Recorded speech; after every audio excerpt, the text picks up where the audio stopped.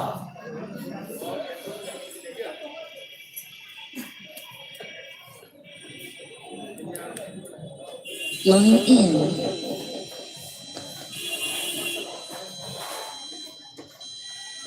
Bluetooth mode.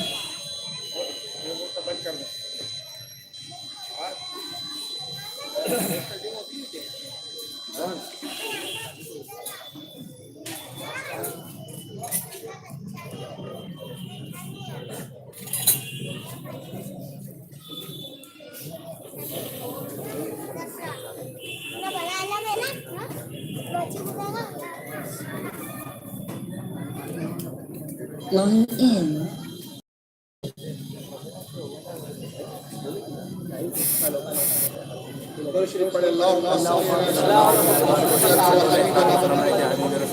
وطبيبنا ونبينا ومولانا محمد وعلى آله وصحبه وسلم صلاة والسلام عليك يا رسول الله صلى الله عليه وسلم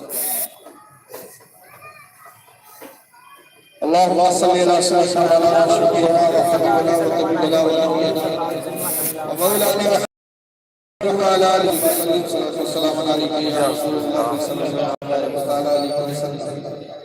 آواز آ رہی ہے نا؟ جی جی ابن زیاد نے کہا کہ جاؤ عبداللہ کا تم وہاں دو مجھے سکون نہیں ملنے والا. چند سپاہی بدبخت جاتے ہیں عبداللہ کے گھر میں داخل ہوئے اور اس کے بعد حضرت عبداللہ پر اخبار کی ایسا حملہ کیا کہ حضرت عبداللہ کی بھی شہادت ہو گئی.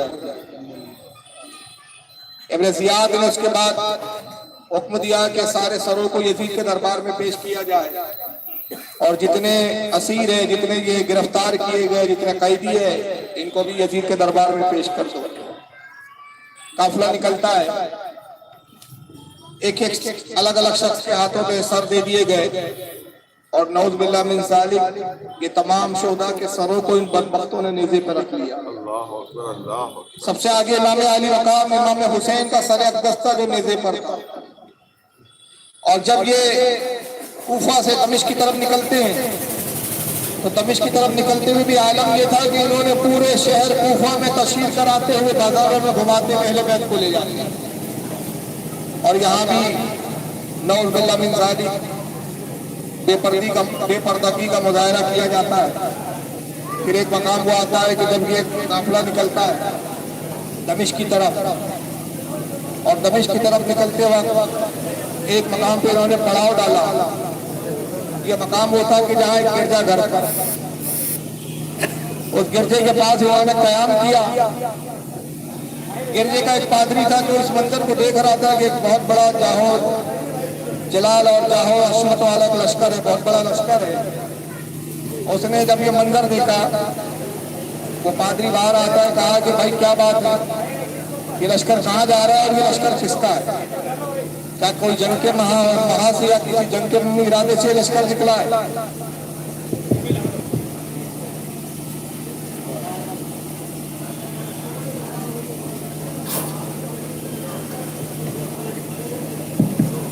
اللهم صل على سيدنا مولانا شفيعنا وحبيبنا وطبيبنا ونبينا ومولانا محمد وعلى آله واصحابه وبارك وسلم صلاة والسلام عليك يا رسول الله صلى الله تبارك وتعالى عليه وسلم. ایک گرجا گھر آتا ہے. گرجے گھر پر یہ لشکر رک گیا.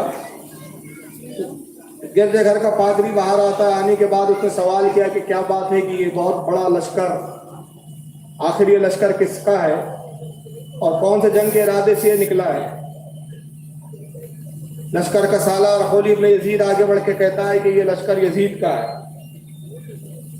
اور اے پادری سنو یہ امیر المومنین یزید کے کچھ باغی اور غدار تھے. امیر ابن زیاد کے حکم سے جو جنگ پر آمادہ ہوئے ان کو قتل کر دیا گیا اور جو بچ گیا ان کو قیدی بنا کر قید کی شکل و صورت میں قیدیوں کی صورت میں امیر المومنین یزید کے دربار کی طرف ہم لے جا رہے ہیں. اور اس نے کہا بڑے تعجب کی بات ہے کہ میں نے آج تک ایسا لشکر نہیں دیکھا کہ جس نے باغیوں کو اس انداز میں لے جانے کا انداز اپنایا ہو کہ سروں کو نیزے پر رکھ لیا. یہ جو سامنے تم نیزے پر ایک سر لیے جا رہے ہو، خدا کی قسم ایسا حسین چہرہ میں نے کبھی نہیں دیکھا۔ یہ شخص جس کو تم باغی ٹھہرا رہے ہو، اس کا چہرہ بتا رہا ہے کہ یہ شخص باغی نہیں ہو سکتا۔ اس کے چہرے اور اس کے حسن زیبا سے یہ ظاہر ہوتا ہے کہ یہ تو حکمت اور دانائی کا ایک پیکر ہے۔ مجھے بتاؤ یہ سر کس کا ہے، اس کا نام کیا ہے؟ ایک یزیدی کہتا ہے کہ یہ حسین ابن علی ہے۔ کہا وہی حسین ابن علی تو نہیں جس کا نانا رسول اللہ ہے؟ کہا ہاں یہ وہی ہے جس کا نانا رسول ہے۔ کہا تم کس کا کلمہ پڑھتے ہو، کس نبی پر ایمان رکھتے ہو؟ کہا ہم بھی اسی نبی کو مانتے ہیں۔ کہا افسوس تمہاری ایمان پر طف ہو، افسوس تمہاری جہالت پر، جس نبی کا کلمہ پڑھتے ہو اسی نبی کے نواسے کو تم نے شہید کر دیا، اسی نبی کے نواسے کو تم باغی کہتے ہو۔ اچھا ٹھیک ہے، جو تمہارا عمل ہے تمہارے ساتھ ہے، کب تک تمہارے یہاں ٹھہرنے کا جو ہے ارادہ ہے؟ کہا ہے پادری ہم صرف ایک رات یہاں قیام کرنا چاہتے ہیں، صبح ہوتے ہی ہم آگے بڑھ جائیں۔ کافی میری ایک گزارش سن لو، میں تمہارے کھانے پینے کا بھی انتظام کرنے کے لیے تیار ہوں، میرے طرف سے تمہیں پوری چھوٹ اور اجازت ہے کہ تم اس گرجا گھر کے صحن میں اور گرجا گھر کے جن کمروں میں چاہو آرام کرو، سکون سے رہو۔ تم اگر شراب پینا چاہو تو میں اس کی اجازت دیتا ہوں، لیکن صرف ایک میری گزارش ہے، گزارش یہ ہے کہ ایک رات کے لیے سر مجھے دے دو۔ کہا تو پادری ہے، اس سر کا کیا کرے گا؟ کہا وہ میرا اور اس سر کا معاملہ ہے۔ کہا نہیں یہ باغی کا سر ہے، ہم تجھے نہیں دے سکتے۔ وہ پادری کہتا ہے اچھا ایسا کرو کہ اگر تم یہ مجھے ایک رات کے لیے سر دے دو تو اس کے عوض میں تمہیں 10,000 درہم دوں گا۔ یہ دنیا کے طلبگار کتے 10,000 درہم کی لالچ میں آئے۔ کہا کہ اگر یہ بات ہے تو پھر ہم سر تجھے دے دیتے، لیکن وعدہ کر کے تو جس انداز میں، جس حال میں ہم یہ سر دے رہے ہیں اسی حال میں تو ہمیں اس سر کو لوٹائیں گا۔ کہا میں وعدہ کرتا ہوں۔ پادری کو انہوں نے امام حسین کے سر کو دے دیا اور 10,000 درہم وہ پادری نے گن کر دیے، ان بدبختوں نے لے لیا اور آپس میں خوشی کے ساتھ تقسیم کر دیا۔ اور پھر یہ بدبخت رات بھر شراب پیتے رہے۔ یہ پادری سر امام علی مقام امام حسین کے سر کو اپنے خاص کمرے میں لے جاتا ہے۔ چہرے پر خون لگا ہوا تھا، زلفوں میں گرد و غبار، کربلا کی گرد و غبار ابھی بھی تھی۔ تو اس نے گلاب کے پانی کو لیا، ایک برتن میں اس گلاب کے پانی کو لاتا ہے، سر حسین کو بڑی محبت سے دھوتا ہے، چہرے اقدس کو صاف کرتا ہے۔ اس نے امام حسین کے جب چہرے اور بال مبارک کو غسل دے دیا، پھر ایک بڑے خوبصورت سے اس نے تشت میں سر حسین کو رکھا، پھر امام علی مقام کے بالوں پہ مشک لگاتا ہے، خوشبو ملتا ہے، اور پھر بڑی حیرت سے دیکھتا اور کہتا ہے قربان اس میں سر کے، خدا کی قسم میں نے بڑے حسین و جمیل دیکھے لیکن ایسا حسن کا پیکر میں نے آج تک نہیں دیکھا۔ خدا کی قسم میں اس سر کو دیکھتا ہوں تو ایسا لگتا ہے جیسے یہ ابھی بول پڑے گا، جیسے اس میں ابھی بھی جان ہو۔ ابھی اپنے آپ سے گفتگو کر ہی رہا تھا کہ اس نے اچانک ایک منظر دیکھا، اس کے گرجا گھر کی جو چھت جہاں اس نے سر حسین رکھا تھا، اچانک چھت پھٹی، ایک شگاف ظاہر ہوا، یہ گھبرا کر پیچھے ہٹا، پھر دیکھتا ہے کہ بڑا عجیب معاملہ تھا، شگاف تو ہوا اس چھت میں لیکن کوئی گرد و غبار، مٹی اور اینٹ کا کوئی معاملہ ایسا نہیں تھا کہ جو امام حسین کے سر پر گرا ہوا۔ یہ بڑا حیران اور حیرت زدہ ہوا، اور پھر اس نے جب توجہ سے دیکھا اور حیرت میں اس کے اضافہ ہوا کہ دیکھتا ہے کہ آسمان سے ایک نور اتر رہا ہے جو امام حسین کے سر پر آ گیا۔ بچے اسی ہی اس نے یہ منظر دیکھا، دل ہی میں اس نے رسول اللہ صلی اللہ علیہ وسلم اور ان کے مذہب اسلام کی حقانیت کو قبول کر لیا۔ صبح ہوتی ہے، صبح ہونے کے بعد اس نے سر حسین کو اٹھایا، بوسہ دیا اور ان بدبختوں کے پاس آ کے کہتا ہے کہ یہ لو، اس سر کی عظمت کو تم نہیں سمجھ سکے، خدا کی قسم یہ سر وہ ہے جب زندہ تھا تو تبلیغ کر رہا تھا، مبلغ تھا۔ آج اس سر حسین کی تقدس اور اس کی برکتوں سے مجھے اسلام کی حقانیت مجھ پر واضح ہوئی۔ تم سب گواہ ہو جاؤ کہ میں محمد کا کلمہ پڑھ کے مسلمان ہوں۔ افسوس کہ تم محمد کے دین میں ہو کر بھی محمد صلی اللہ علیہ وسلم کی عظمت کو نہ سمجھ سکے۔ جاؤ، تمہیں تمہاری دنیا مبارک ہو۔ انہوں نے پادری کو برا بھلا کہنا شروع کیا، سر حسین کو لیا۔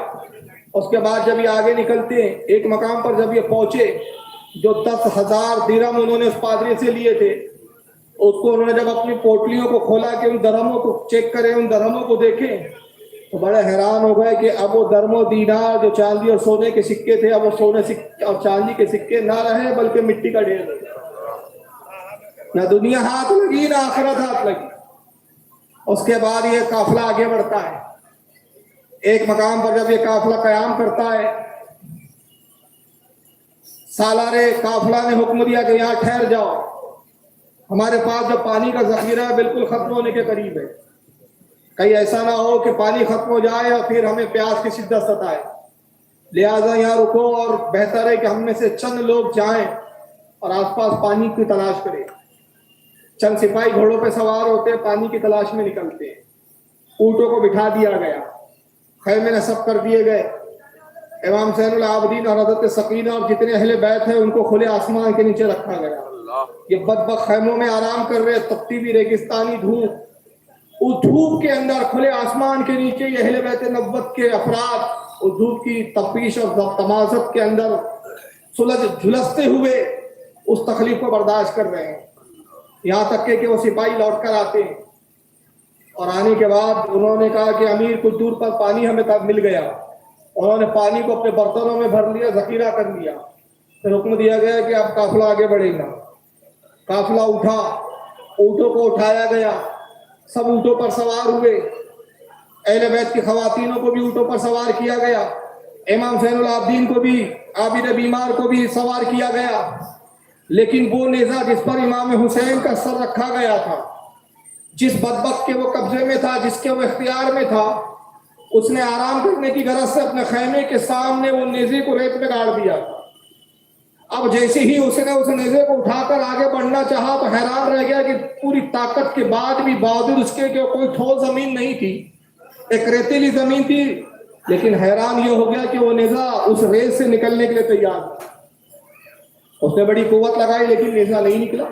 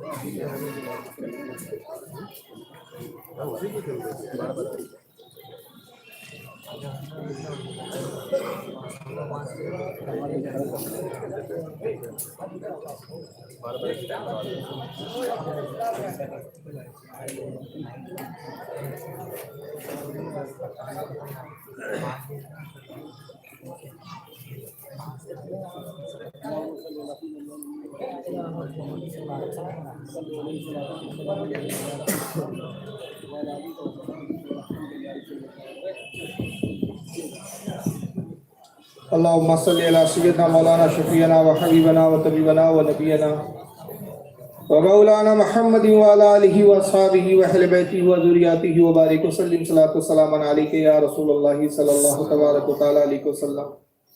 سپاہی نے نیزہ نکالنا چاہا لیکن نیزہ یہ ہے کہ زمین سے باہر آنے کے لیے تیار نہیں. بڑا حیرت زدہ ہوا. تبھی کچھ دوست اس کے احباب قریب آتے، کہا کیا بات ہے، تو آگے کیوں نہیں بڑھتا، کیا وجہ ہے کہ یہ نیزے کو تو نکال نہیں رہا ہے؟ تو کہتا ہے کہ دوستو کیا تم یہ سمجھ رہے ہو کہ میں مذاق کر رہا ہوں؟ باخدا میں نے اپنی پوری طاقت لگا دی، لیکن بڑی عجیب بات ہے کہ یہ نیزہ جو زمین میں گڑ گیا ہے، یہ جو ریت میں دھسا ہوا ہے، یہ باہر نکلنے کے لیے تیار نہیں. انہوں نے کہا یہ کیسے ہو سکتا ہے؟ ریت ایک پوکل جگہ ہوتی ہے، اس میں کوئی چیز ایسی ڈالی جائے تو بڑی آسانی سے نکالی جا سکتی ہے، یہ کوئی ٹھوس زمین تو نہیں ہے کہ جس کے اندر کوئی چیز جما دی گئی ہو۔ انہوں نے کہا ہم اس نیزے کو باہر نکالتے، انہوں نے طاقت لگائی لیکن نیزہ باہر نہیں نکلا۔ کئی لوگوں نے محنت اور جستجو کی لیکن نیزے کو وہ باہر نکالنا تو دور کی بات ہے، ہلا بھی نہیں سکے۔ وہ بڑے حیران تھے کہ آخر بات کیا ہے کہ اس نیزے کا وزن اتنا کیوں بڑھ گیا؟ سر حسین کا وزن تو اتنا ہی ہے جتنا ہونا تھا، یہ نیزہ نکلنے کے لیے تیار کیوں نہیں ہے؟ تبھی یہ بات ان کے امیر تک پہنچائی جاتی ہے۔ اس نے کہا کہ خدا کی قسم اگر اس کا کوئی جواب دے سکتا ہے تو وہ زین العابدین ہے۔ جاؤ زین العابدین سے پوچھو کہ آخر بات کیا، آخر وجہ کیا ہے کہ نیزہ جو ریت کے اندر دھس چکا ہے وہ باہر نکلنے کے لیے تیار نہیں ہے۔ امام زین العابدین کے پاس یہ دوڑتے ہوئے جاتے، کہا کہ زین العابدین بتاؤ، بڑی عجیب بات ہوئی کہ تمہارے بابا کا سر جس نیزے پہ رکھا گیا ہے وہ نیزہ زمین سے باہر نکل نہیں رہا ہے، یہی وجہ ہے کہ اس کی وجہ سے قافلے کو روکا گیا ہے۔ امام زین العابدین نے جیسی یہ جملہ سنا اونٹ سے اپنے آپ کو ریت پر گرا دیتے ہیں، دوڑتے ہوئے اپنی پھوپھی حضرت زینب کی بارگاہ میں حاضر ہوئے اور پھوپھی سے عرض کرتے کہ پھوپھی جان یہ تو دیکھیے ذرا کہ اہل بیت نبوت میں کوئی کم تو نہیں ہے، کوئی فرد غائب تو نہیں ہے، ذرا شمار تو کر لیجئے۔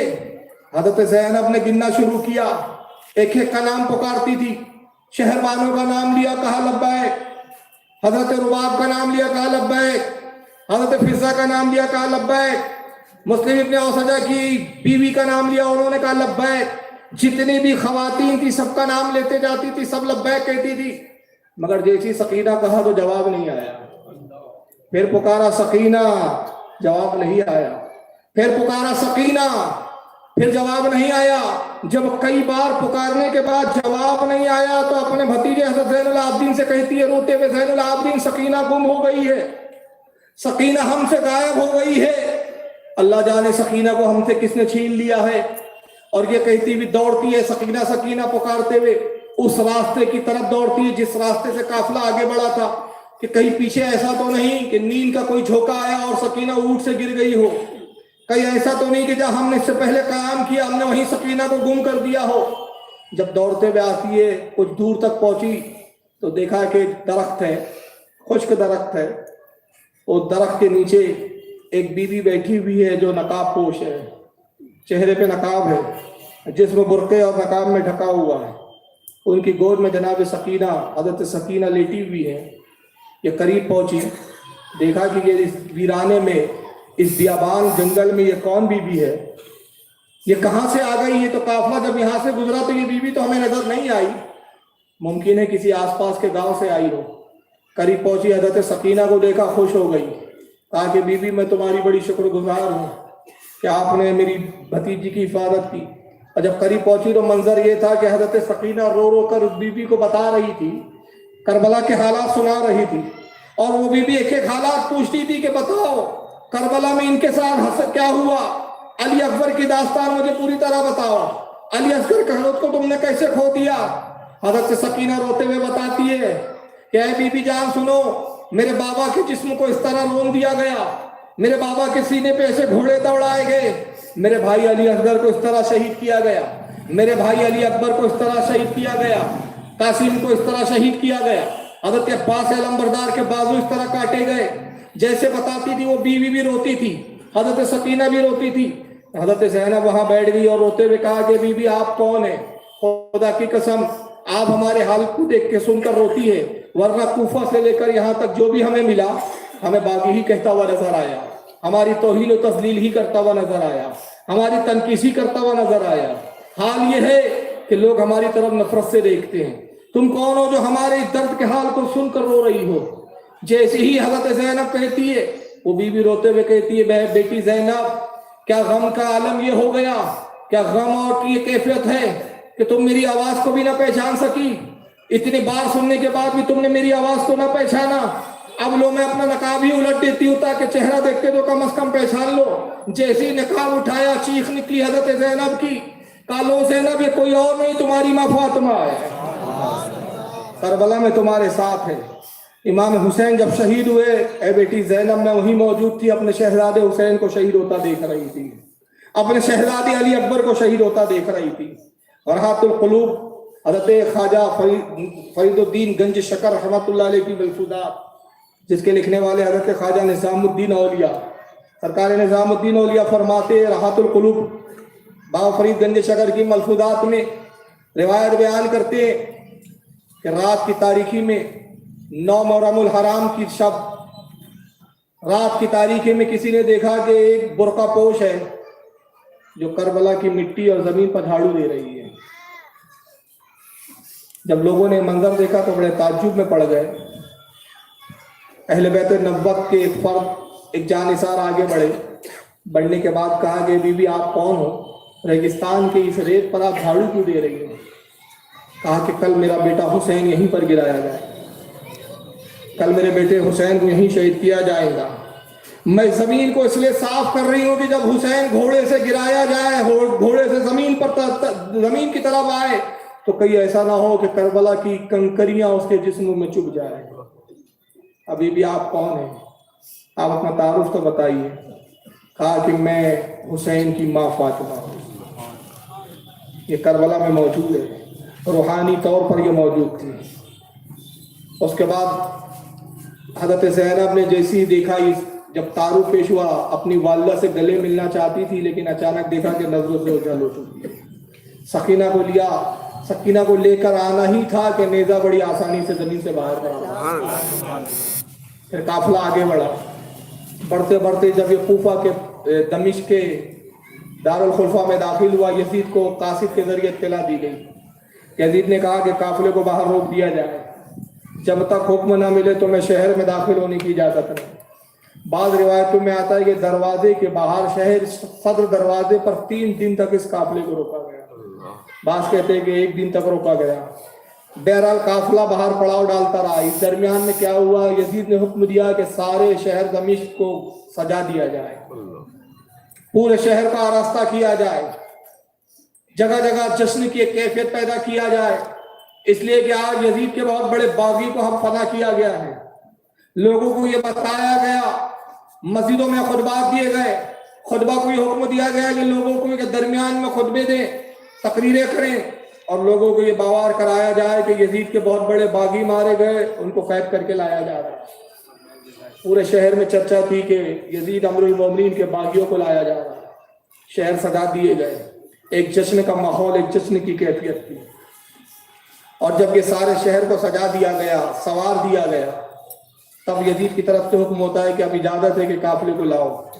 اور پھر اس کے بعد اس نے حکم دیا کہ پورے شہر، بازاروں اور گلیوں میں اس قافلے کو گھمایا جائے، کوئی شہر کی گلی چھوٹنی نہ پائے، کوئی شہر کا بازار نہ چھوٹنا پائے۔